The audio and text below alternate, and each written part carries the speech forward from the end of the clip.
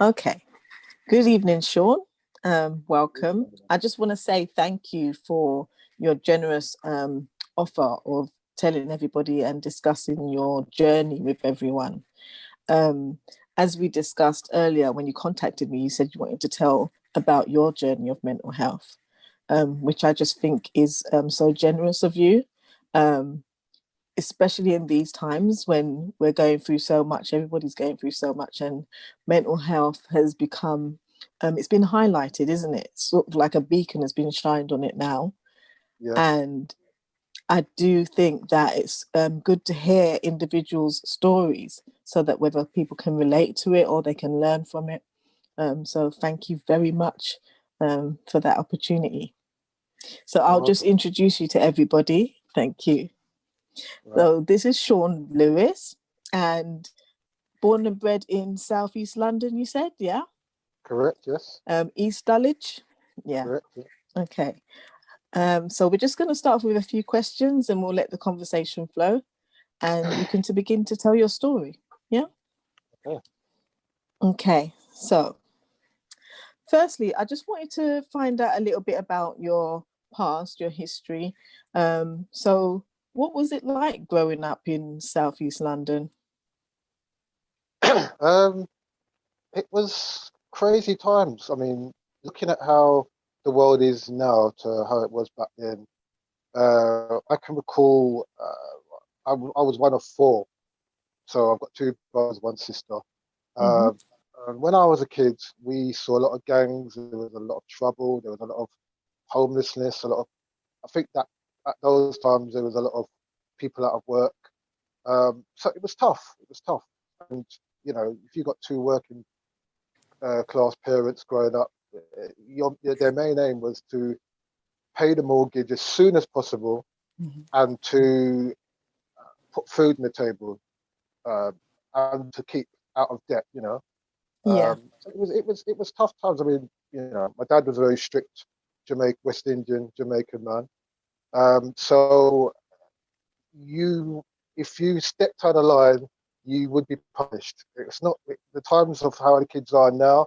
They get away with a lot compared to how things were then. And yeah, I was very hyperactive, full of energy.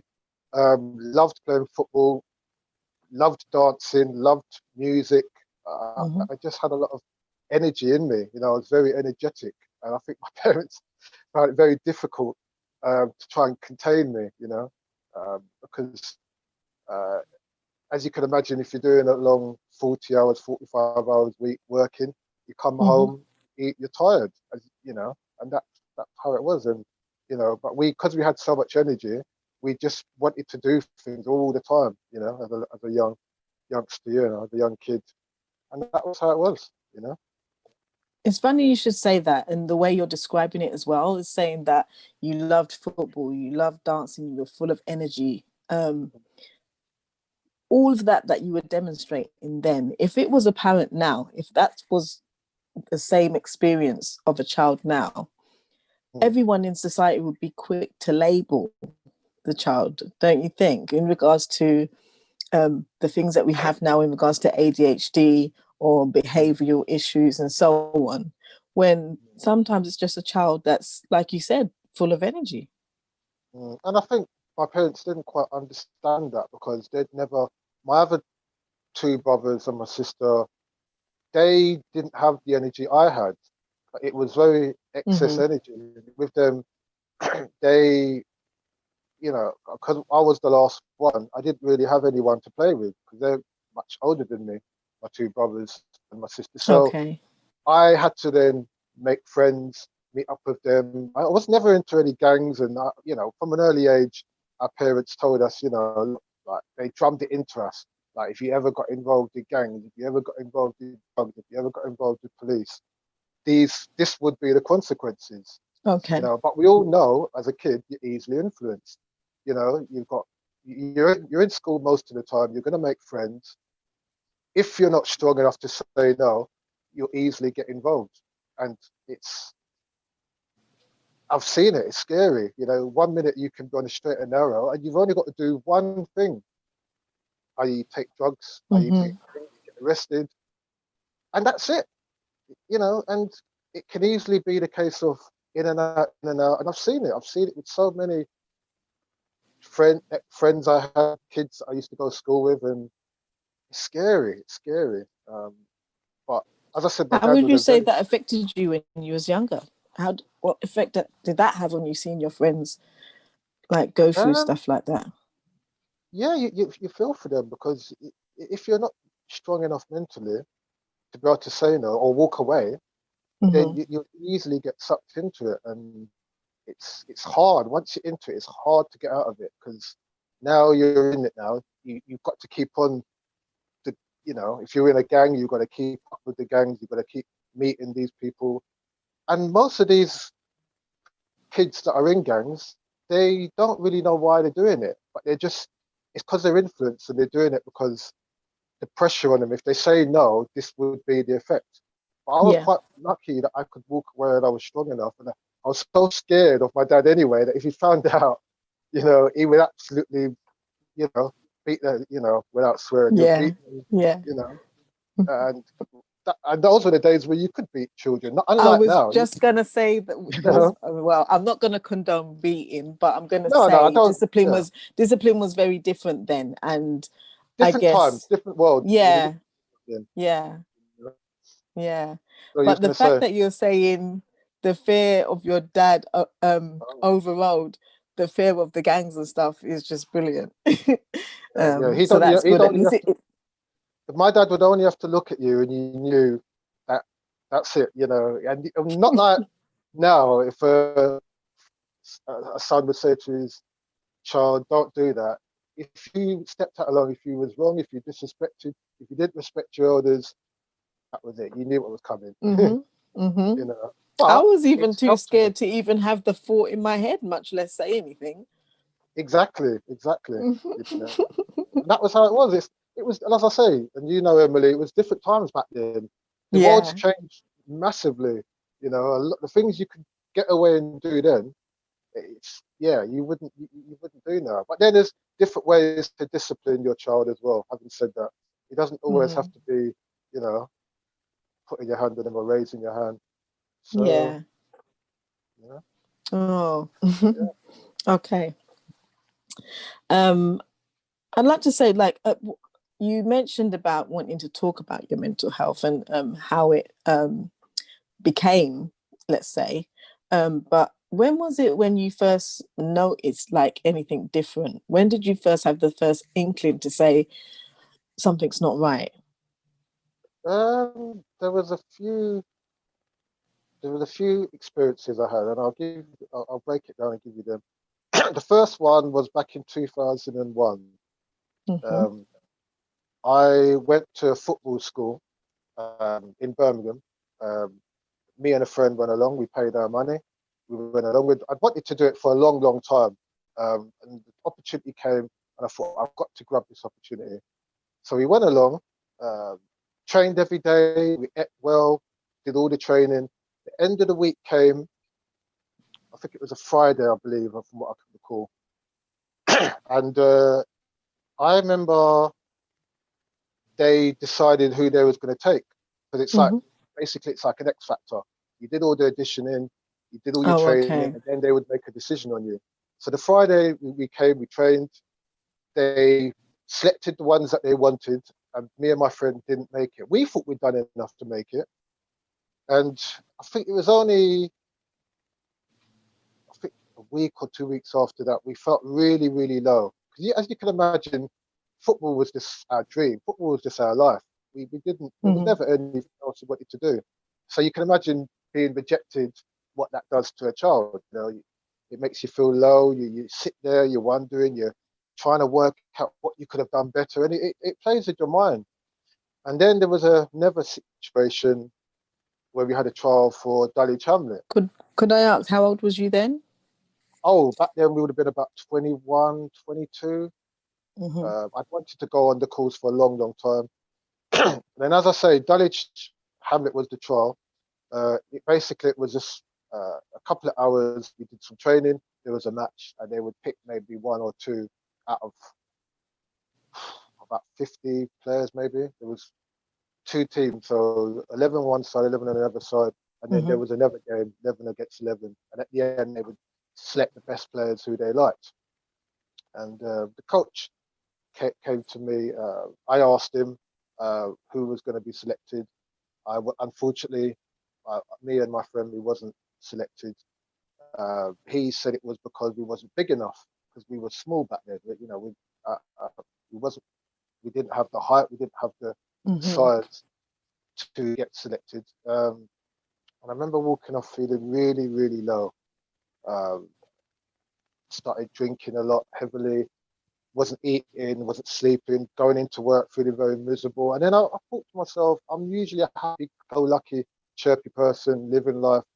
And I felt it took a long while for me to kind of get through that, felt Hmm. really low, wasn't kind of switched off to the world, wasn't really, didn't really speak to anyone for a while. And then I decided, so When you say wow, was that over like weeks or months or? months, yeah, months, just wasn't Yeah. really interacting, wasn't really, you know, drinking, wasn't eating healthily, just wasn't, and that's when I knew there was something wrong then, you know, and I knew I needed to get help, and do something, Um, Okay. Okay. So it was a matter of I guess the rejection for one, mm, and in regards to that rejection and then the questioning of yourself about what you should have, would have, could have done, would you say that it made you question yourself, like who you are or your self-worth or anything like that? Was it that kind of yeah, feeling that you had? yeah, it does make you feel low, particularly if you don't know why or what you need to do or what you could have done better so you can Mm-hmm. improve. And you just, in life, all you ever want is an opportunity, And I just felt Yeah. it wasn't really set up to really give you a good opportunity, to give a good. It's like going into do a job and you're given one day to prove yourself. You can't. It's just not possible. You can't prove yourself in one day. You Yeah. need to be given time. You need. Some people are quick learners and quick developers, and others need time. But you can't judge everybody the same, and that's what it kind of made me think. It just left a lot of question marks in my head, and I Mm-hmm. wasn't able to answer them. And that's the psychological part of it, where you're questioning yourself: Am I good enough? Am I not? And although I was 21 or 22 at the time, and people were saying, "Oh, you still got time. Don't worry. You'll get better. You'll get another chance." But you get, as you get older, you time goes very quickly. Time doesn't wait, and as you get older and older, you can't do what you did when you're 25, 26, 27. Your body can't do what it did when you was 12, 13, 14, 15. Do you know Yeah. what I mean? Mm-hmm. You know, you're a Mm-hmm. lot more, you've got less mileage on you, you're a lot more fitter, but you can't judge someone, you can't write somebody off at that age. That was my thinking. But as I said, there was a lot Mm. of question marks in my head, and it kind of, and all I did, I just kept playing because I enjoy playing anyway. I enjoy football. I love it. If you're passionate about it, you're going to do it. And I'm hearing that there was I think it was the doubt that you were experiencing, the not mm, knowing, isn't it? Because yeah, and that's one thing that's related to anxiety as well. It's the fact of not knowing, not being able to perceive what's unknown, going to the unknown. happen. Yes, the Mm, unknown that you just constantly worry about and think about. So that can mm, definitely have an impact, especially connected with, like you said, you had a really low mood, mm, um, which is yeah. also connected to feelings of depression and so on. So I can see where you're coming from in regards to, yeah, that's your first experience of it. That said, what would you say that mental health looks like to you? What would you describe mental health as? Mental health, well, it's as I was saying earlier on the question that you gave me, it's in Mm-hmm. your head. So it's a lot of things that, you can feel healthy, but mentally upstairs, or you can't think about, or you can't do things that you would want to do with your mind. It's all in your mind, basically. And it can be a number of things. It could, as you said, it could be depression, it could be anxiety. It could be having panic attacks, mood swings, um, self-doubt, self-worth, um, feeling suicidal even for some people, you know. And I mean, I never Mm-hmm. ever got to that stage because it was just a stage where I was feeling really low and very depressed. And I didn't want to feel that way. I was tired of feeling depressed, tired of feeling angry, tired of, you know, being rejected, tired of questioning myself all the time, you know. And So did you feel like you didn't have control over those feelings? yeah, at times, yeah. I'll be honest, it was Mm-hmm. dark times. It was difficult to because all you want to do is be happy in life. You know, you don't need to have everything. You don't need to be rich. You don't need to be, you know, to have everything. But if you're happy in life, you tend to things that you want to do are a lot easier. When you're sad and you're depressed, just to get up and get out of your bed is difficult. Never mind to Mm-hmm. go into work, or never mind to go and live your normal day to day.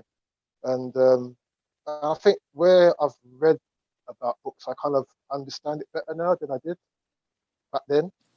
You know, I didn't quite understand it, but I read Frank Bruno's autobiography, which was a really good book. Mm-hmm. And I read a lot of it and I thought to myself, you know what, I can relate to that.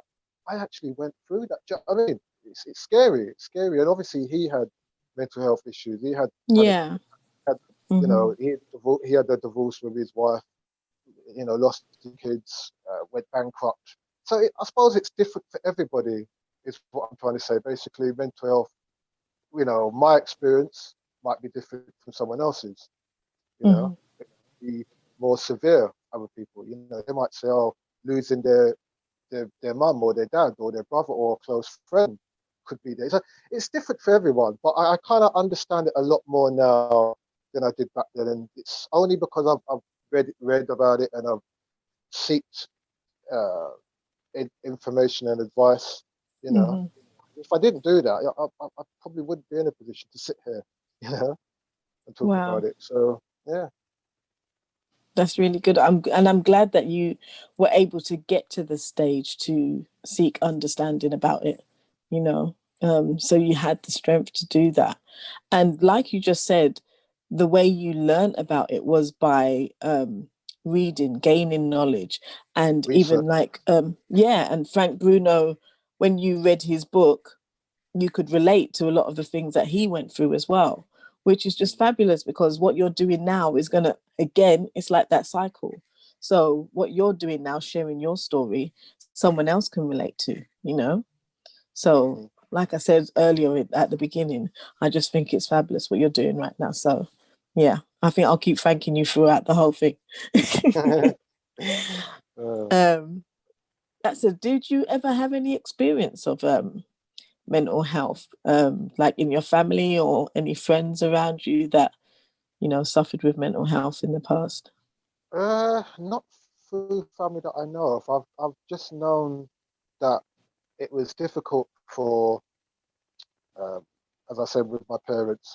Mm-hmm. I wouldn't go as far as saying because I don't think they really understood it, you know, uh, themselves, you know. And I think it's difficult to understand if you've never been through it or if you've never Mm-hmm. experienced it. This is when I go back to the book again. It was good to read it and to think, well, you know what, I've, it's it's people go through it every day, and people are more aware of it now. There's more awareness now than there was, say, Yeah. 10 years ago or 20 years ago, where not many people would speak about it. You wouldn't, you know, because it was a sign of, it was like there was a stigma. It was like a disgrace that if they Yeah. spoke about it, it would be a sign of weakness. But I've always believed that coming out of it and not bottling it out is a sign of strength. Because let's face it, it's not. It's, for some people, it's very, very difficult. But for me, I've always been a person where if I've got something to say, and you've probably seen this already with me, that I'm very opinionated, I'm very outgoing, and I'm not Mm-hmm. afraid to speak my mind and say how I feel, you know. And it's definitely helped me being that way, you know. Whereas if you're shy and you're reserved and you're not someone that, you know, if you're a very private or personal person, then you're probably not going Mm-hmm. to get someone to sit and do an interview and talk about, you know, their experiences. So yeah, I definitely hope that I can inspire, and I can help. If there's one person or two people or 10 people, and they can say to themselves, do you know what? Hmm. Yeah, I'm experiencing. If I can reach out to them and help them, then even better for me, you know? And the thing is, you've even led on to my next question, because you mentioned about your parents and the fact that they didn't really have an understanding of what was happening with you. And back then, like you said, things were very different. You know, it wasn't really recognized or Mm, identified in any way. And you mentioned stigma. So my yes, next question was, do you think that there's a stigma between the connection of mental health and Black men? definitely, definitely. I mean, going Mm. back to when I used to play football, you wouldn't get many guys would come out and say that they're going through a hard time, maybe with their Hmm. girlfriend, maybe with their wives, maybe with their kids. I think again they didn't really know or understand that they had it, and it's only when you listen to their story, then you think, you know what, you might need to get seen to, you might need to get checked, or go and uh, try and uh, get Some some help, support, or yeah. support. Yeah, because if it doesn't, Hmm. if you know, it will just end up being very it could end up being a lot worse. And the thing is, the main, it's like anything, it's like any illness. If you can get to it early, you've got a chance of curing it. And I see it the Hmm. same way with mental health problems. Like I've got the cold or I've got the flu. If we don't get some medication or vaccine in place, then it will just get worse. It won't get any better by Hmm. bottling it up. So you might as well come out of it and let it out, get cured, get seen to, get help, whether you speak to your mum, your dad, your brother, your sister, your doctor, it's better to get cured than to just sit there and not do anything. So yeah, I think definitely, I think there's a lot of black guys that have got mental health problems, want to get help, not sure how to go about getting help, and then as I said, that stigma, they feel embarrassed, and I'm like, don't Hmm. feel embarrassed. It's people go through this every day. It's not, the fact that you've come out of it and it is the first sign of getting cured. So I think that's where it starts. Come out of it, sit down with someone, whoever it is, your mum, your girlfriend, your wife, your brother, your sister, your doctor. You let it all out, and then we can then go forward. We can then Yeah. get cured. We can then look at ways how we can find a way of getting you rehabilitated. You know, get Hmm. you know, get yourself cured. So yeah, so I that's think that. that's brilliant Yeah. advice. Definitely brilliant advice. And I think with Black men, especially growing up in our culture, but growing up in a Black family, you Mm, are expected to have a kind of persona which is one of masculine strength. What the stereotype of masculine strength is in regards to um, being strong, being silent, not showing any weakness at all, and that's mm, very hard to live up to. And I mm, think because that's so, it's pushed on Black men and it's expected. So mm, if they feel the opposite, if they feel broken, if they feel, I use weak very frivolently because um, when I say it, I'm talking about the stereotypical version of weak in regards to um, showing your emotions and maybe crying or accepting and voicing that you're struggling. Um, that's not known in the Black family. And mm, I think a lot of Black men struggle with that. And I do believe it does contribute to their mental health state as well. So yeah, having to keep up that persona all the time and act like nothing phases you and so on, that in itself is a task. So yeah. I like the Also, fact that you're encouraging Black men and everybody really to just talk. And, yeah, a problem shared is a problem hid. exactly. Also, you have to remember as well, I think we're conditioned and built up to be, masculine, macho, Mm-hmm. strong, brave. I think we are conditioned that way. We're built that way, and I think when you're young, you don't really go through it. It's more when you go into secondary school where you might get bullied or you might go through experiences there, and you there's pressure on you straight away to be this person. And we're all human beings, We can't Mhm. always be happy. We can't always be sad. We can't always not have any fear or not, and that's how we're brought up. We're made to feel that way. Um, So would you say that was from childhood even? Like being a boy growing up, you felt that um, pressure? uh, I, the childhood, I would say, was fun. I had fun. I had a good time. I didn't really suffer. I didn't really know. When you're a child, you're still kind of learning about yourself, and it's only when you maybe get into your teens and Hmm. you leave school where you kind of really learn more about things, and things become a bit more serious. When you're a child and a kid, you don't really take life seriously, do you? Um, Yeah, yeah. yeah. I found the pressure more when I then, from then leaving primary school to then going to secondary school, and then all of a sudden having no homework, to then being absolutely snowed under with homework. As an 11-year-old, Hmm.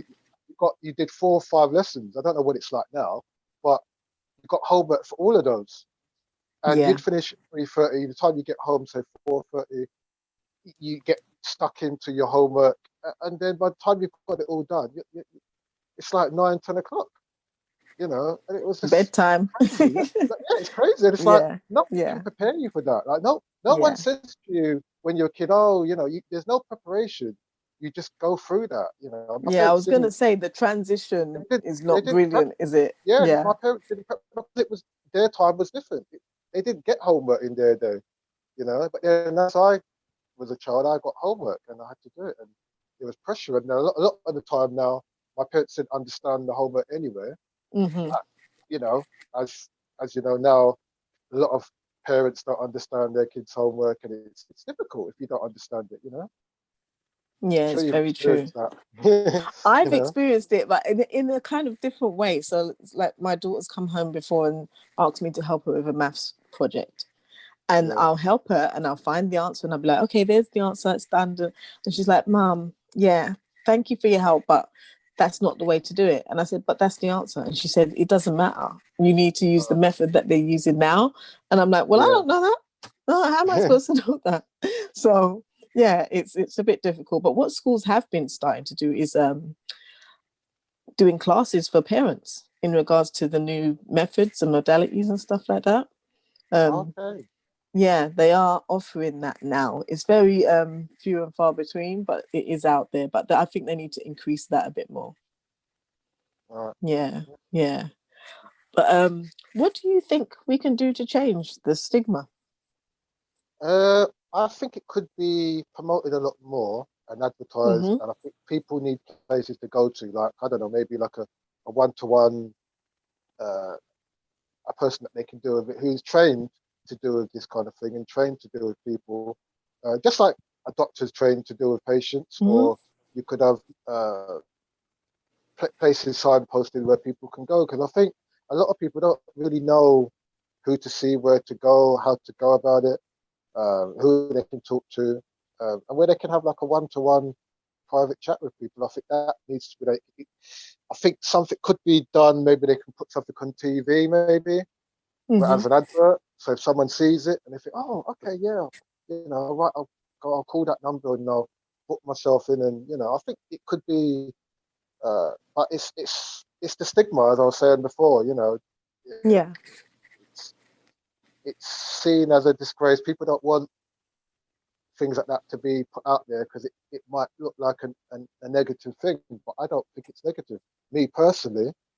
But yeah, lots could be done. I think flyering, maybe leafleting. Mm-hmm. Um, I think yeah, lots could be done. I mean, it's a lot of work, and obviously uh, it will take time to get there. But I think yeah, it's definitely something that personally, if I could do it, I would do it.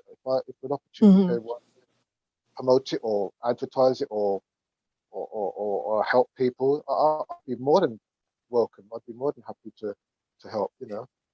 So would you say that more awareness, Yes, create more yeah, awareness. just Yeah, definitely. highlighting what's going on and letting everybody know that they're not alone if they are at home suffering and feeling like, it's only them experiencing that. It would be good to show them that, it's happening everywhere. Absolutely. Everybody can have the time of experiencing mental health. Yeah, And when you exactly. say somewhere for them to go, would you mean like some sort of therapeutic intervention? Like there's counselling, there's support groups, there's a number of things that can be available. Would you suggest anything like Um, that? I, yeah, I think the council can get involved as well. I think we could. I mean, something could be set up where we have Mm-hmm. maybe an evening where people can go to, maybe once a month, maybe, or twice a month. Um, Maybe like an office, maybe where people can go. I'm guessing, Mm-hmm. and have one-to-one, or maybe people can book appointments. Just like you would go and book an appointment to see a doctor. I'm guessing, Yeah. or a book appointment to see that can be incorporated. Just like you see a dentist, you phone them, you chat to them, you tell them what your problem is, you sit down with them and have something set up. I think definitely the government should look at something like that, because I think I'd be more than happy to pay more council tax or more taxes if it saved one or two or three or four Yeah. lives. Yeah. Definitely. If you said to me, yeah, put the taxes up, but at least my money's going towards something that can save a life potentially. There's Yeah. no guarantees, but potentially it could save lives. And that's how I'm looking at it. If we can potentially save a life or even help someone, it could be a single mother, it could be someone who's just left, uh, who's just been made redundant or lost their job, Mm-hmm. or father. There's so many different, layers, to it. But Yeah. I'm all for it. Because even what you're saying there as well, there's various triggers, isn't it, that can bring on any instability in regards to mental health and so on. Like you said, there's many different layers. Yeah, you're correct. Um, Looking back on things, Mm. um,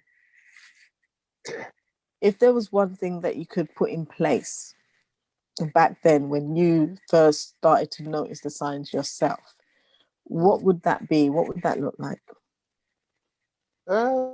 Yeah, pretty much what I was saying earlier. Having like maybe somewhere to go to, like a Mm-hmm. centre, community projects. I was involved in some community projects because I've got Okay. experience of working um, with the community for projects such as cook and eat sessions.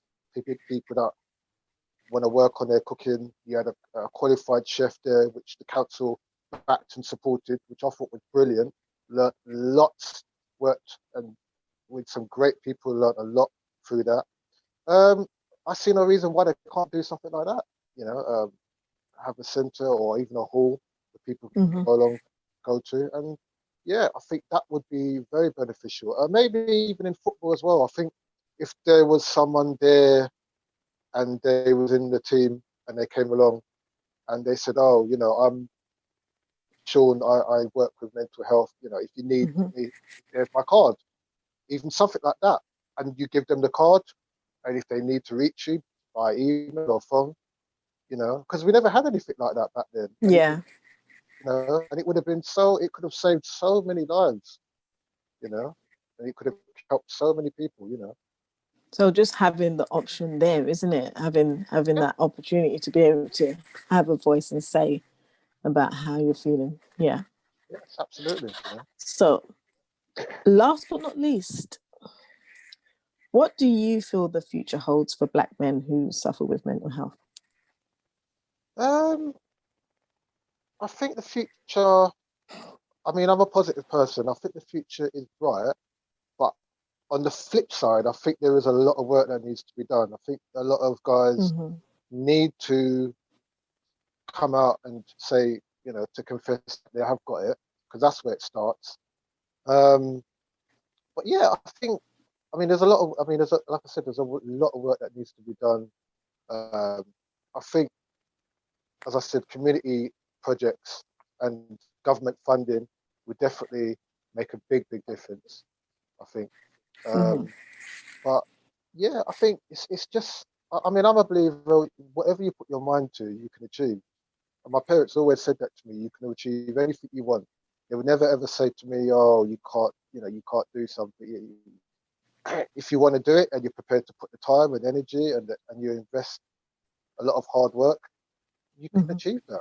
You know. Um, and having become a father myself now, um, I will never ever put negative roles. I'll never ever tell my son that he can't do something. I always back him and support him because you do need that. You do need strong parents behind you all the time.